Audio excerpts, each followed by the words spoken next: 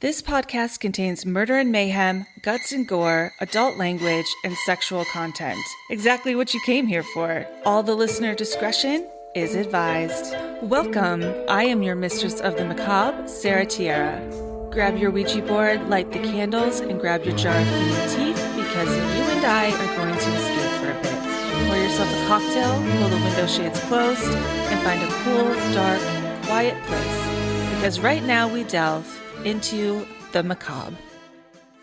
Hello, my little gremlins. Yes, that's right. I'm back. Finally, after 2 months? Something like that? Holy fucking shit, I've missed you. It has been a journey, and I have a lot to tell you about. So this episode is technically a minor episode, but it's going to be on your main feed, and I'm so excited to tell you shit that yes, I'm going to give you some updates real quick before we get into it. First and foremost, I am a fucking college graduate. That's right, I graduated. It was real scary towards the end. We had 2 all or nothing tests. Literally, if you didn't get a B or higher, you failed college. So I was a giant stress ball. But I did it, and I graduated at the top of my class. Thank you very much. And I am now going to sit the national boards and then embark on a new career. So I'm excited. I'm glad school is over. It was such a weight off my shoulders. I literally started bawling the second I clicked submit on my final test. I just started crying. That being said, I did not know what to do with myself. I had 2 days off from work and school, in between finals and work. I had 2 days, and I was like, perfect, I'm going to de-stress. No. I sat at my desk, refreshing my student portal and crying because I was like, it's over. I cannot believe I don't have anything to study. I don't have any classes. It's done. And it was really sad, which is, I don't know, bizarre. Didn't expect that. That was not on my bingo card. But now I'm excited and I don't feel sad. It's done. I did it. I achieved it. It's over. Also, my personality is back, to normal. I was such a fucking head case and so stressed out for so long. This is carefree Sarah. She is having a great time. Not doing anything, but just mental health wise. I'm not out having fun. I don't do that. But anyways, all that being said, back to the podcast. I'm so excited. Oh, also, I had labs week. It was the best week of my entire life. I flew out of state and I was on campus for a week doing hands-on medical procedures and labs, and it was literally the high point of my life thus far. Best week ever. So glad that it went well. You don't really know how you're going to feel about certain things until you're there doing them. And everything was amazing. I love it. I'm so excited. Oh, I forgot to tell you another little piece of business. So for the minor episodes, I was doing all true crime. And from now on, I will still be doing true crime, but not all true crime. I'm going to sprinkle in other fucked up, macabre shit as well. It's going to be based on research content. So any shorter stories we're going to put on the minor episodes, longer ones, main episodes, not all true crime, but mostly true crime. Just so you know, going forward. Anyways, I'm so fucking excited to tell you this weird story. Today, we are going to dive into one of the strangest chapters in sideshow history, the embalmed clown known as Achille Chatouille. And right back at ya. Who is nicknamed the French Tickler. His story takes us from a circus in the early 1900s to a freak show nightclub in Los Angeles and raises big questions about death, preservation, and the way we remember entertainers long gone. The preservation and public display of human remains has long occupied a controversial space between science, ritual, and spectacle. From Egyptian mummification to 19th century anatomical museums and American sideshows, embalmed bodies have functioned as educational tools, moral warnings, entertainment, and curios. Also, bodyworks. We will get to it. Not today, though. One of the most unusual examples of this tradition is the figure known as Achille Chatouille, an embalmed clown whose corpse survived more than a century as a public exhibit. Often referred to as the French Tickler, Achille's preserved body has been displayed in carnivals, nightclubs, and museums of the macabre, most notably at the California Institute of Abnormal Arts, or the CIA, not the real one, a different one, in Los Angeles. His story, part historical fact, part embellished sideshow mythology, provides a compelling lens through which to examine early embalming practices, the toxic chemicals once used in preservation, and the enduring fascination with death as performance. According to sideshow lore and some carnival circuit reporting, Achille was a circus clown born in the late 19th century. His name, you're gonna make me say it again, huh? Chatouilla, is derived from the French word chatouiller, meaning to tickle, hence the moniker, the French Tickler. Sounds dirty as fuck, and I'm here for it. Some accounts place his birth around 1866 and his death from chronic nephritis on January 13th, 1912, at about age 45. Interestingly enough, to me at least, his death by chronic nephritis is in every single source. So he definitely had a death certificate that was able to be found. Also, in case you don't know, that is chronic kidney disease. The only other thing I can find about this motherfucker is that his family was reportedly of Scottish origin. Okay. In life, Achille's clown career was likely unremarkable. A few circus posters from the era show a performer by that name, but there's little documentation of widespread fame. In death, however, he became infamous. There, his name is mentioned. It's not even like a picture of him. It's in very tiny font, and it's only on like one, maybe two posters that can be found. So he was not a very notable performer. Sorry, Achille. But you know, he's fucking famous now, and you know he is loving it. When he died in 1912, legend has it that Achille left specific instructions in his will. He wanted to be dressed in his favorite clown costume, specifically his Shriner's Parade outfit from a 1906 Detroit parade. He requested he be embalmed and displayed publicly after death, effectively turning himself into an enduring exhibit.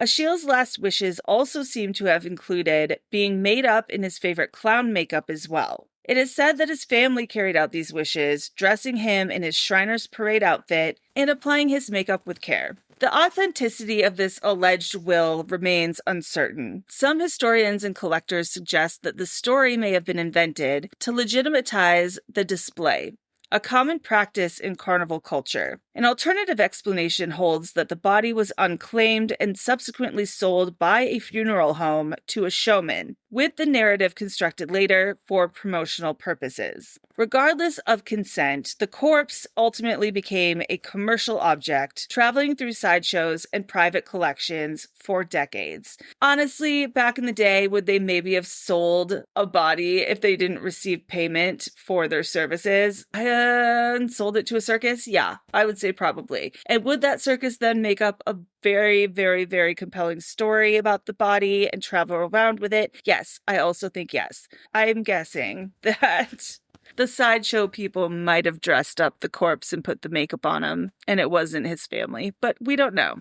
That's part of the beauty of this story. Okay, sorry, I get derailed by small details. You know this about me. You've listened to this before. Whether that was actually written in a legitimate last will or invented later for showmanship is part of the mystery. One of the strangest parts of this story is how Achille was embalmed. Multiple reports describe his body as one of the last bodies to be gravity embalmed, a method predating modern machinery. Now, how one would know that he was one of the last bodies to be embalmed with gravity injection is hard to say. It definitely seems to be part of his lore. I did a little digging, though, and I seem to have found where all of this part of the lore came from. So gravity embalming can still be utilized to this day and often is during power outages, natural disasters, etc. Trust me, I have had to do gravity injection math for school and it's also on the national boards. It is still a thing. If you don't know what gravity injection is, I will tell you. So this is predating modern arterial pumps. Gravity embalming involves elevating a reservoir of embalming fluid above the body, allowing the solution to flow into the circulatory system solely through gravitational force. Unlike contemporary embalming, which relies on mechanical pumps to regulate pressure and distribution and flow, gravity embalming is a slower process that can take many hours or even days. The technique allows for deep tissue saturation, but offers little control over uniform distribution. By the early 20th century, mechanical embalming devices were becoming standard in professional mortuary practice. However, gravity-fed systems were still in limited use, particularly for experimental or display-oriented preservation. This context supports claims that Achilles' embalming represented a transitional moment in funerary history. Some early embalming work used gravity feed even into the early 20th century, but by Achilles' time, mechanical pumps were already becoming standard in professional practice. Hence, where this part of the story seems to originate from the time period alone. So they're looking at the time he died and then the time where it switched from gravity embalming to mechanical embalming. And they were like, oh, he must be one of the last people, and just like added that onto the story. Also, it is not likely that there is any sort of documented report of his embalming by like the embalmer, because I don't even think they did that back then. They weren't getting sued left and right quite yet. Another interesting thing about Achilles' corpse, and there's lots, was that it is said to be preserved with mercury and arsenic, two extremely toxic substances that morticians used historically in the 19th and early 20th centuries. Arsenic-based solutions were widely favored for their effectiveness in halting decomposition and maintaining a lifelike appearance. By the mid-1800s, arsenic had become a standard ingredient in embalming fluids, particularly in the United States. However, increasing awareness of its toxicity led to regulatory scrutiny, and by the early 20th century, arsenic was gradually replaced by formaldehyde-based solutions. Mercury compounds, such as mercuric chloride, were also used for preservation, particularly in anatomical specimens and long-term displays. These compounds helped resist microbial growth and maintain tissue integrity, but posed severe health risks to embalmers, handlers, and even viewers of the body.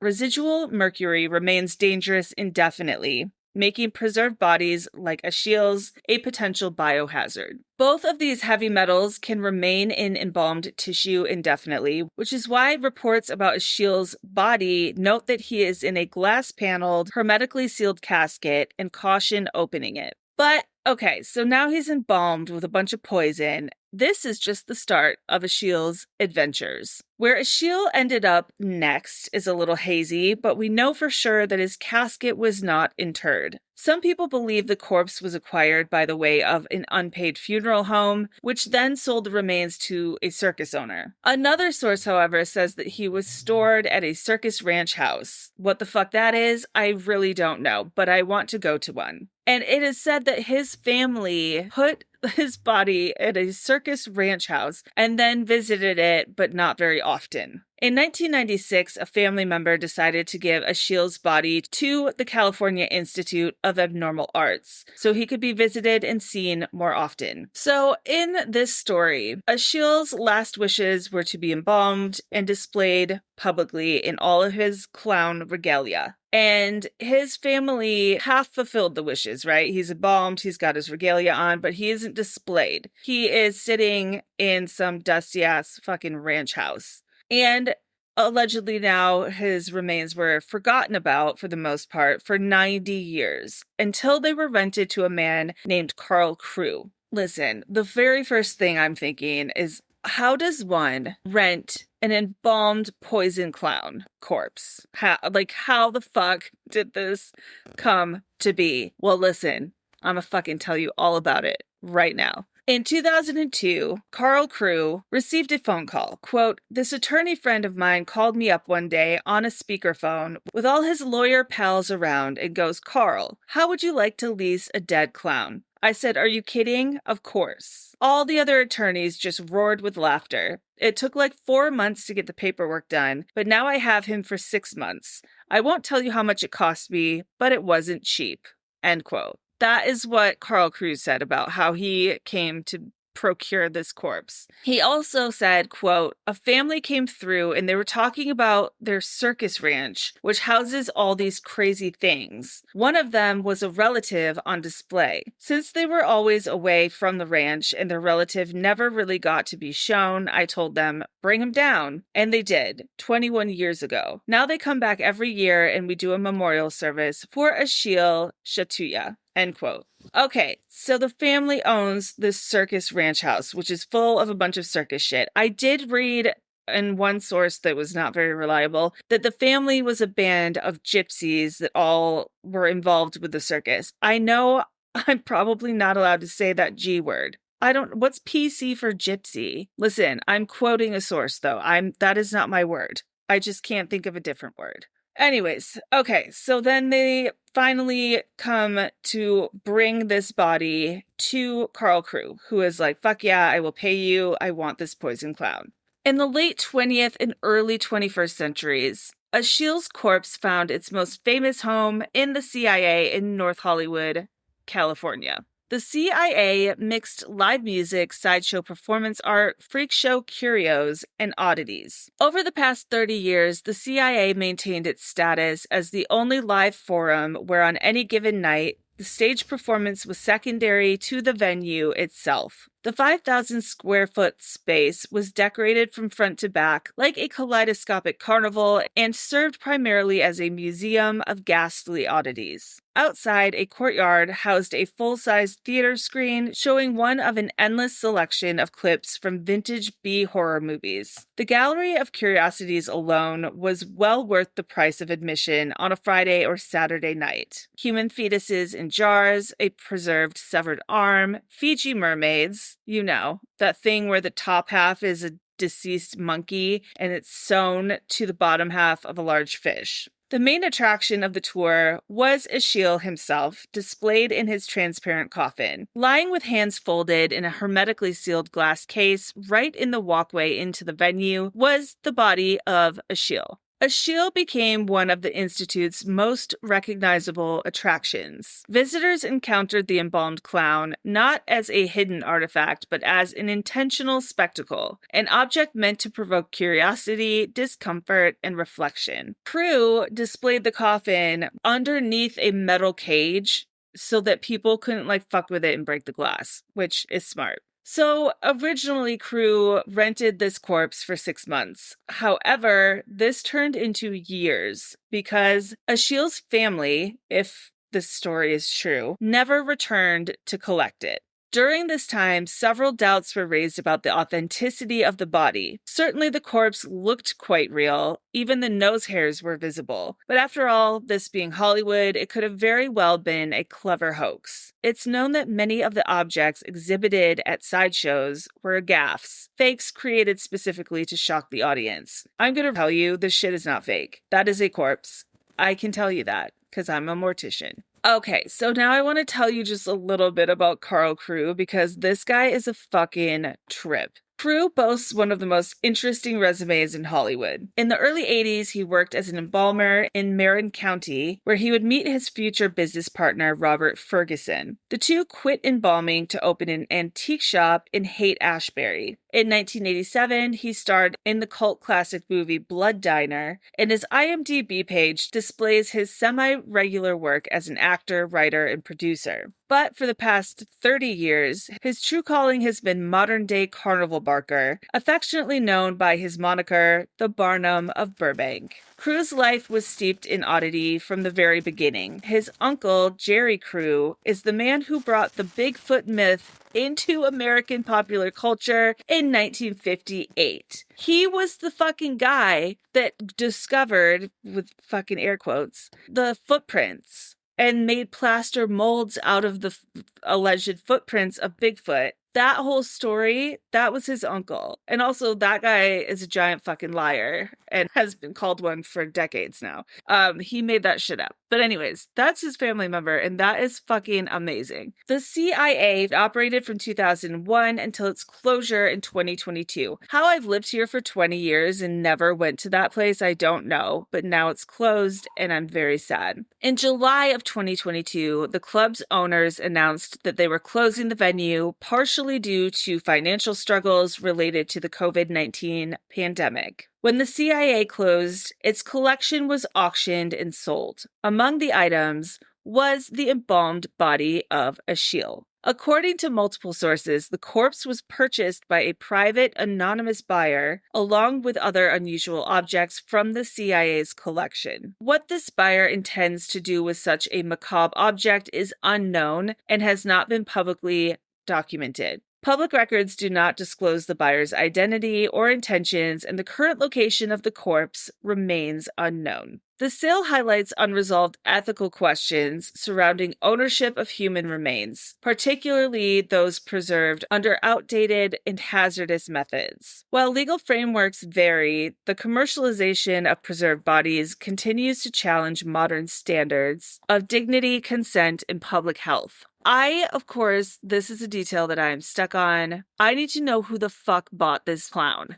Okay? I need to know who this anonymous buyer is. Where can I see this clown? What freak show bought this corpse? And we need to be friends immediately. So I did find one little piece of information about this anonymous buyer. Shortly before the sale began at the CIA, the auction, a private buyer purchased most of the stuff at the CIA, including Achille. According to Crew, this person is a very wealthy and eccentric personal friend of his. Okay, so I'm trying to figure out how to see this clown. Right? So first of all, I need to make friends with Carl Crew. Then I need to have Carl Crew introduce me to his wealthy, eccentric friend. And then the friend can introduce me to the clown corpse. See, we figured it out. I have a plan now. I know how to get there. That helps me. When it's just some anonymous person and it's gone forever, no, I can't handle that. Now there's a plan in place. I can still find this corpse. Other things that were sold include the alligator boy body. I don't even know. I can only imagine. That was relocated to David Copperfield's museum in Las Vegas. And apparently no one wanted a two-headed baby or the bones of the elephant man. I'll take them. Just send them on over. So what's real and what is embellished in this story? It's pretty hard to tell. The corpse and its clown regalia and makeup is very, very real. I will have all the photos, by the way. You think I'm not going to show you this clown corpse? Of course I am. And the corpse being real is basically all I need to be obsessed with this story. So, bye. I love it. It's real. Another notable detail here is that thanatologist Christine Quigley explained that at the time it was not uncommon to find actual corpses inside traveling carnivals, from deformed fetuses in formalin to actual mummies. In fact, sometimes a family, for whatever reason, wouldn't claim a body that had already been embalmed by the funeral home, and the funeral home would then put the body on display, and it would become a local attraction. If word got to the owner of a circus passing through town, he could make an offer to the funeral director. Although there is no definitive archival record verifying every detail of Achille's life, I have seen the circus posters, so I know that he was real and that he was a real performing circus clown. Some researchers believe his identity and story were embellished for sideshow appeal. Many carnival exhibits historically invent stories for shock value. I told you that already. So even deeply captivating accounts should be taken with a grain of salt.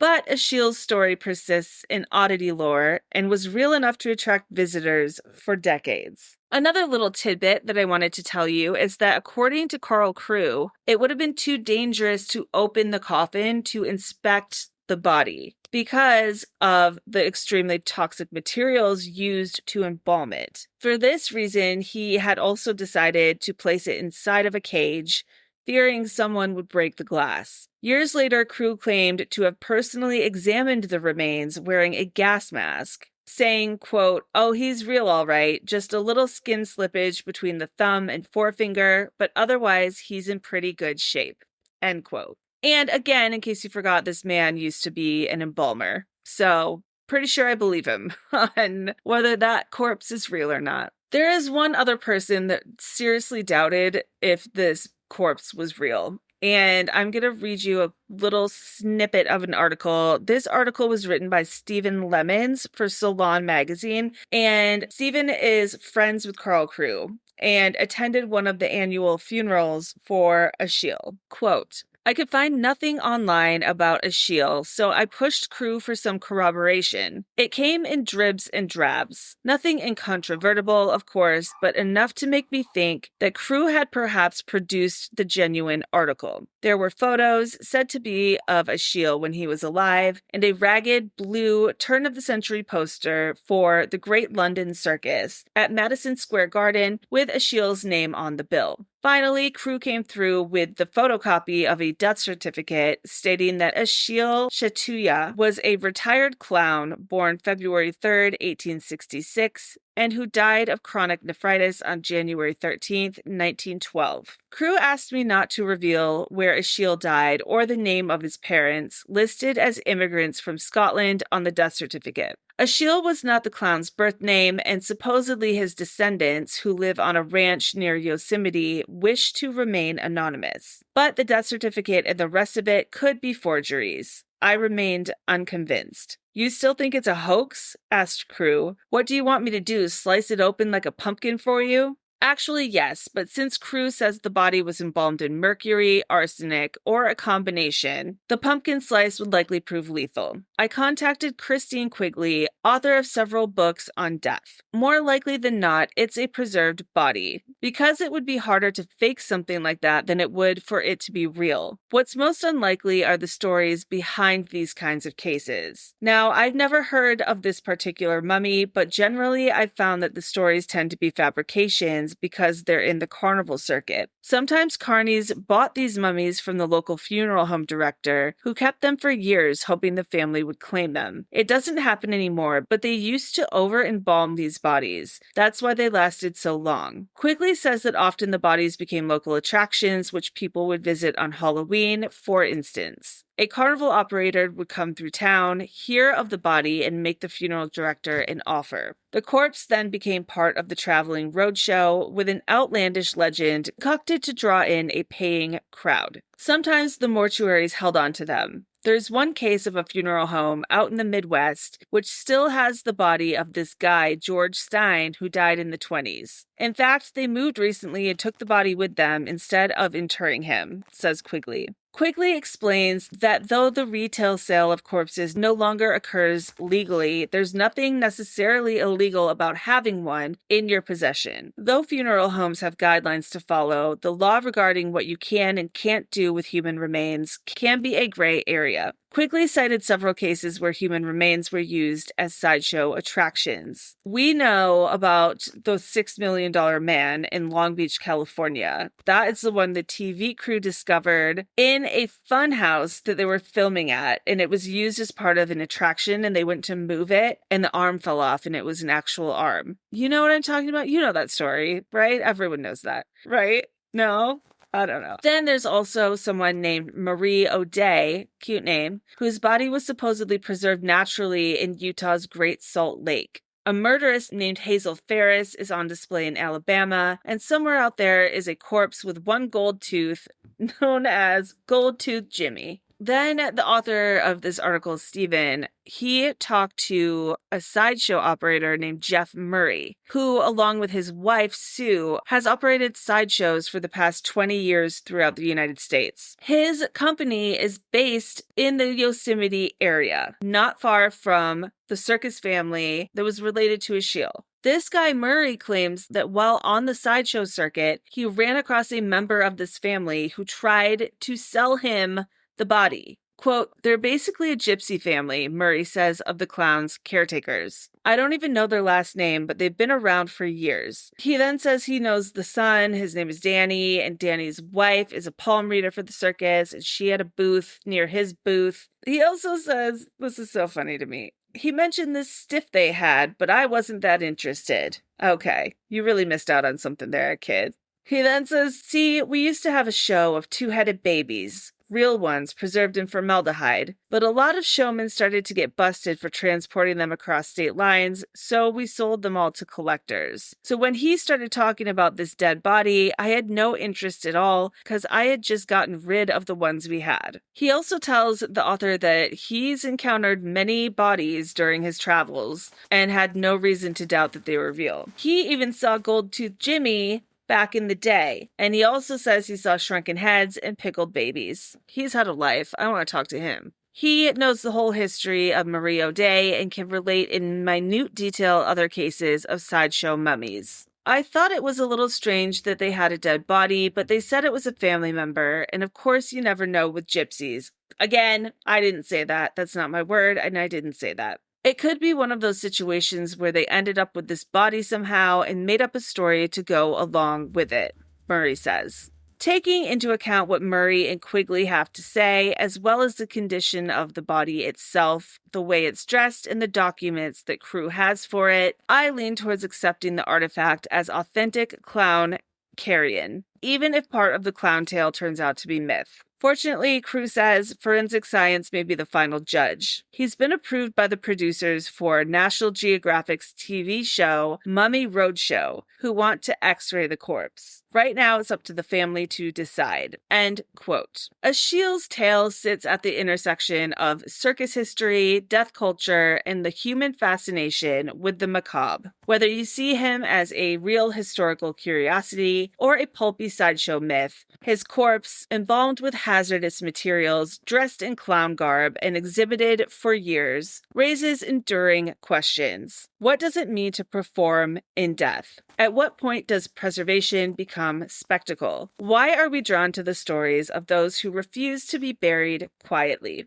As with many carnival exhibits, the story of Ashiel Chatouillah exists in a liminal space between verifiable history and constructed myth. The lack of definitive archival records invites skepticism, yet the physical presence of the preserved body anchors the narrative in material reality. This ambiguity is not incidental, but fundamental to sideshow culture, which has historically relied on storytelling as much as spectacle. Ashiel's enduring presence demonstrates how death itself can become a performance, one that persists long after the performer's final act. And I have one final quote for you. I found it on Reddit, and I love it. So, Reddit user named Turakamu says, I want that poison clown. Slams an evil fist on the table. Same Turakamu, same. Oh my God, what if I was the anonymous buyer and I just have a clown corpse in a transparent coffin in my foyer? Wouldn't that be the best thing in the entire world? I love that for me. Let's manifest it. Also, my clown corpse brings all the boys to the yard. And that is the story of the French tickler, Ashiel Chatouillah, the poison clown corpse. I hope you enjoyed today's macabre episode. I fucking loved writing about this clown corpse. It was the best day of my life. So I hope you found it interesting. And yeah, I'm glad I got to catch up with you a little bit. I missed y'all. I'm glad to be back. And I will talk to you soon. Okay. Bye. Full source notes are available at mistressofthemacablepodcast.com, as well as photos pertaining to each episode. Follow along on Instagram for all the insane and gory photos at Mistress of the Macabre Podcast. Please leave a 5-star rating and review wherever you get your podcasts. It really helps the show grow, and I will love you forever. And tell a friend, if you even have any. Bonus content is available at patreon.com or on Apple Podcast subscriptions. I'm just one young teenage girl writing, researching, producing, editing, and recording the show. Your support goes a long way. If you have topic ideas, questions, comments, animal facts, or unsettling stories you'd like to share, email me at mistressofthemacablepodcast@gmail.com.